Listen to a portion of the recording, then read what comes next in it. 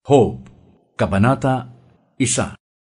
May isang lalaking nakatira sa lupain ng Uz na nagngangalang Job. Siya isang mabuting tao, sumasamba sa Diyos at umiiwas sa masamang gawain. Mayroon siyang 7 anak na lalaki at 3 anak na babae. Marami siyang tagapaglingkod at siya ang pinakamayaman sa buong silangan.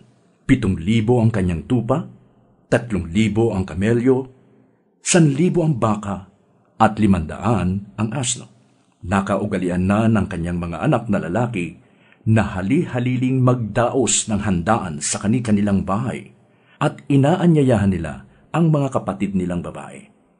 Tuwing matatapos ang ganoong handaan, ipinapatawag ni Job ang kanyang mga anak para sa isang ritual. Maagang bumabangon si Job kinabukasan upang mag-alay sa Diyos ng handog na sinusunog para sa kanyang mga anak, dahil baka lihim na nilalapastangan ng mga ito ang Diyos at sila'y magkasala. Dumating ang araw ng mga anak ng Diyos ay humarap kay Yahweh at naroon din si Satanas. Tinanong ni Yahweh si Satanas, "Ano bang pinagkakaabalahan mo ngayon?" "Nagpapabalik-balik ako sa lahat ng sulok ng daigdig," sagot ni Satanas. "Napansin mo ba ang lingkod kong si Job?" Tanong ni Yahweh. "Wala siyang katulad sa daigdig. Mabuti siyang tao, sumasamba sa akin at umiiwas sa masamang gawain." Dugtong pa ni Yahweh. Sumagot si Satanas, "Sasambahin pa kaya kayo ni Job kung wala na siyang nakukuha mula sa inyo? Inaalagaan ninyo siya, ang kanyang pamilya at ang lahat ng ari-arian niya. Pinagpapala ninyo ang lahat ng kanyang gawin at halos punuin ninyo ng kanyang kayamanan ang buong lupain. Subukan ninyong alisin ang lahat-lahat sa buhay niya at harap-harapan niya kayong susumpain." Sinabi ni Yahweh kay Satanas, "Kung gayon, gawin mo nang lahat ang gusto mong gawin sa kanya. Huwag mo lamang siyang sasaktan." At umalis si Satanas sa harapan ni Yahweh. Isang araw, nagkakainan at nagiinuman ang mga anak ni Job sa bahay ng kanilang panganay na kapatid na lalaki. Walang ano-ano'y dumating kay Job ang isa niyang tauhan.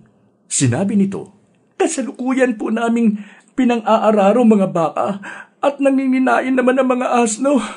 Nang may dumating na mga sabeyo, kinuha po nila ang mga baka at mga asno at pinatay pa po ang aking mga kasama. Ako lang po ang nakatakas upang magbalita sa inyo." Hindi pa ito nakakatapos sa pagbabalita nang may dumating na namang isa. Sinabi naman ito kay Job, "Tinamaan po ng kidlat ang mga tupa at mga pastol at namatay lahat. Ako lang po ang nakaligtas upang magbalita sa inyo."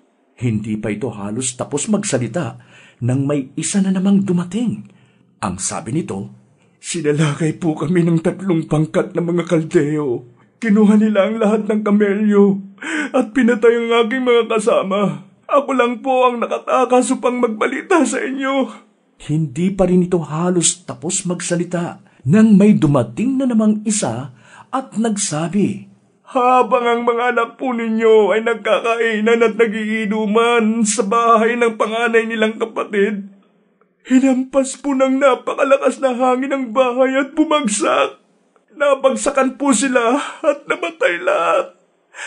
Ako lang po ang natirang buhay upang magbalita sa inyo."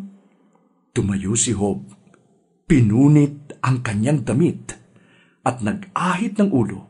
Pagkatapos, nagpatira pa siya at sumamba sa Diyos. Ang sabi niya, "Hubad akong lumabas sa sinapupunan ng aking ina.